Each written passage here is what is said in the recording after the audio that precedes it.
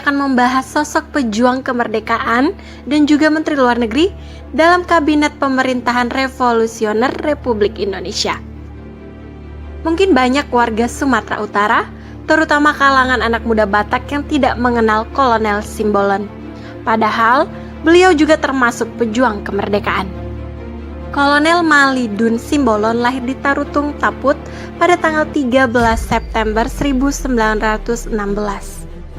Kolonel Simbolon adalah anak kedua dari 10 bersaudara, anak pasangan Bapak J. Simbolon dan Ibu N. Lumban Tobing. Ayahnya bekerja sebagai mandor perkebunan di Pearaja, Tarutung. Maludin menempuh pendidikan dasarnya di Hisyantar Narumonda, kemudian melanjutkan di CHRHIK atau Sekolah Guru di Solo dan tamat pada tahun 1938. Beliau bertemu dengan calon istrinya di Solo, dan dari pernikahan mereka dikaruniai 5 orang anak. Sebelum meletusnya Perang Dunia II, beliau sempat menjadi guru di His Solo dan di Curug Bengkulu. Sebelum lanjut, jangan lupa subscribe, like, dan share ya, agar kami lebih semangat memberikan informasi tentang budaya Batak dan juga tokoh-tokoh Batak yang menginspirasi kita semuanya. Karir militer Kolonel Simbolon. Maludin memasuki pendidikan Guyun di masa penjajahan Jepang. Dan setelah lulus pendidikan, beliau berpangkat Letnan II.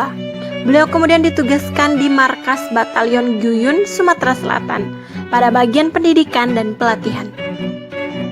Segera setelah proklamasi kemerdekaan Republik Indonesia, dibentuklah Tentara Keamanan Rakyat atau TKR, dan diangkat menjadi Komandan Divisi Palembang Ulu dengan pangkat Kolonel.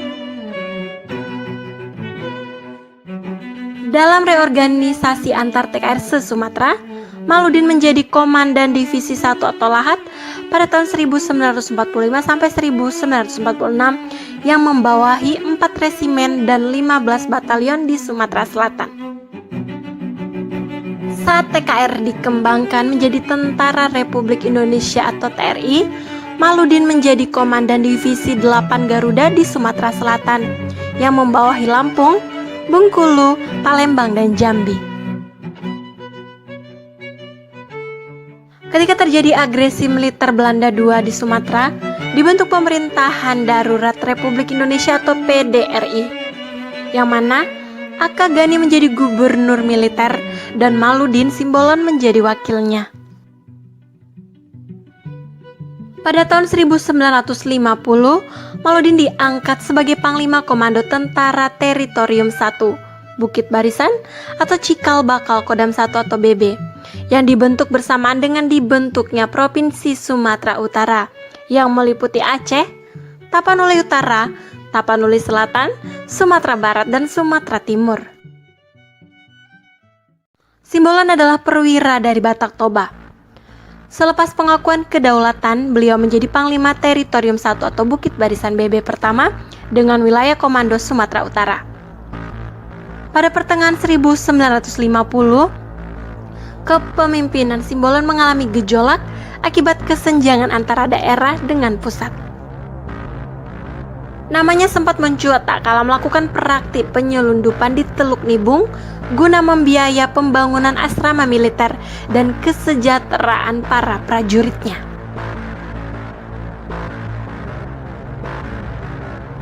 Ketidakmerataan pembangunan yang dialami wilayah luar Jawa menyebabkan beberapa panglima daerah mau tidak mau menuntut perbaikan.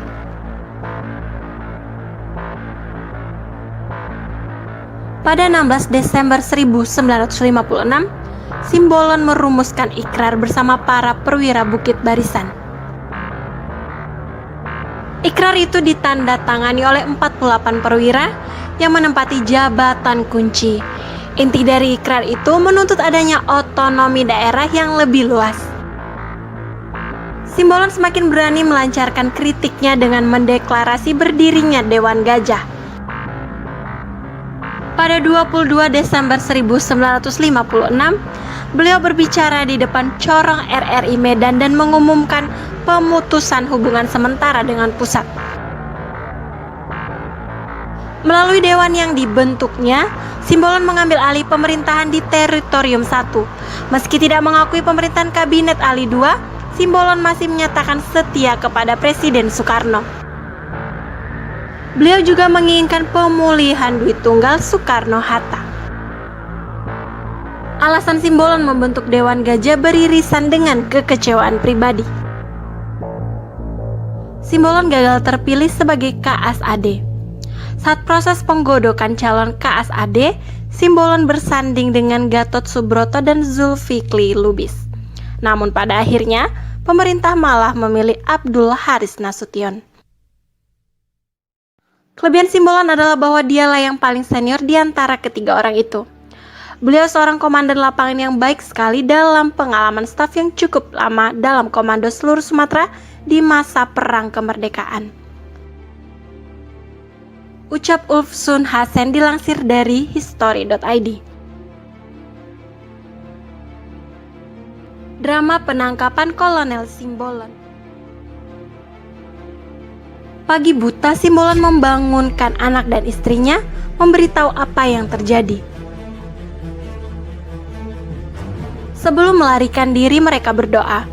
Markas Batalion 132 pimpinan Kapten Sinta Pohan di Kampung Durian menjadi tujuan pelarian.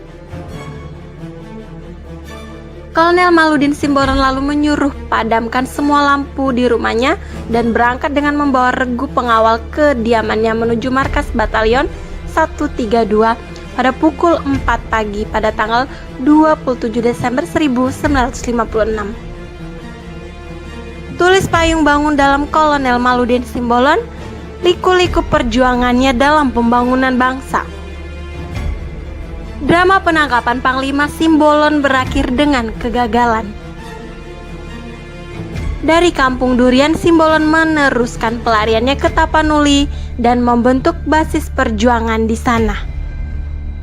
Simbolon bersama para panglima pembangkang lainnya kemudian bergabung dalam gerakan pemberontakan Pemerintahan Revolusioner Republik Indonesia atau PRRI dan Permesta yang kelak akan merepotkan pemerintah pusat. Singkat cerita, Maludin dan pasukan yang loyal kepadanya melanjutkan perlawanan secara bergerilya dan berkoordinasi dengan kekuatan PRRI lainnya di bawah Letkol Ahmad Hussein di Bukit Tinggi, Sumatera Barat. Selain di Medan, pemerintah pusat juga menerjunkan pasukan payung dan melakukan pendaratan pasukan dari laut di Palembang dan Padang untuk secara efektif menguasai kota-kota pusat perlawanan PRRI di Sumatera. Pada tanggal 27 Juli 1961, Maludin Simbolon bersama staf dan pasukannya Divisi Pusuk Buhit menyerahkan diri secara resmi kepada Panglima Kodam II Letkol Manaf Lubis di Balige. Dengan demikian, mengakhiri perlawanannya terhadap pemerintah pusat. Maludin Simbolon tutup usia pada tahun 2000. Ulasan yang kami sampaikan tentunya jauh dari kata lengkap. Akan tetapi, semoga para pendengar bisa mendapat sedikit pengetahuan dari video kami. Terlebih dan terkurang kami mohon maaf.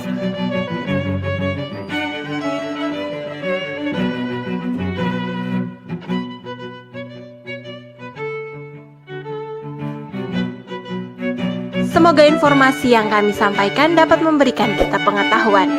Selalu bantu kami dengan like, subscribe, dan jangan lupa komen ya dongan. Karena dukungan kalian adalah motivasi untuk kami dalam berkarya bagi bangsa Batak. Horas dan Mauliate.